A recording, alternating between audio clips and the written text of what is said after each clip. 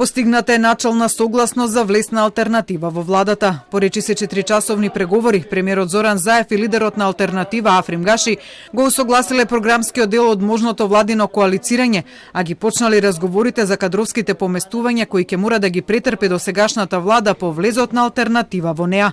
Неофицијалните информации се дека алтернатива побарала едно вице-премиерско и 2 министерски места во идната влада, но во соопштението од средбата, лиферувано од владата, беше наведено дека било разговарано за можните кадровски решенија за министри, заменици министри и други раководни лица во централната власт, но без детали за кои министерски позиции се разговарало и кои се кадровските решенија кои ги нуди алтернатива за нив.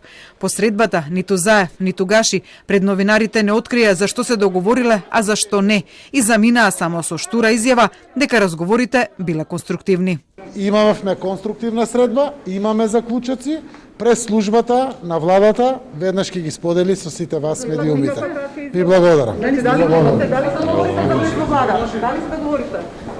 Заев изјава не даде ни навлегување на лидерската средба, со што по оставката од лидерската позиција во СДСМ во петокот, тој уште еднаш ги избегна новинарските прашања. Гаши пак навлегување во клубот на пратеници одговараше на новинарски прашања, при што за тоа колку министерски места бара алтернатива за влез во владата, одговори дека тоа на неговата партија е второстепено, а приоритет е продолжување на реформите и евроинтегративните процеси на земјава.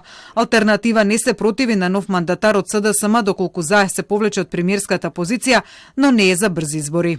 Не е одговорно ние да бараме од друга партија за кој ќе биде мандатар или премиер. Мислам тоа е работа на СДСМ. Ние сме кажале дека тоа е интерес на сите граѓани да нема избори брзи. Нормално за такво нешто нема гаранција, затоа што секогаш може да се соберат 61 пратеник и да одлучат да се распушти собранието. Ние би сакале да се формира влада која до 2024 година ќе работи, ќе ги отвори преговорите за членство во ЕУ. Гаши на средбата пристигна со Беким Салих, кандидат за градоначалник на Чајр алтернатива на неодамнешните локални избори, но неофицијално еден од идните министри на алтернатива во владата.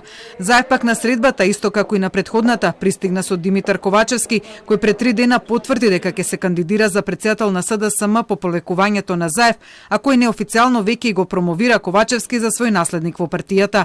Заев и Гаши, како што се информира, во наредните денови ќе направат консултации во своите партии за она што е досега договорено, но и за она за што уште не нашле заеднички именител, пошто ќе следи нова лидерска средба. Влезот на алтернатива во владата ќе значи зголемување со 4 пратеници на моменталното парламентарно мнозинство на СДСМ и на ДУИ, за кое и двете партии изминативе денови тврдат дека има 61 пратеник, но без да откријат кој е 61-виот пратеник во нивните редови.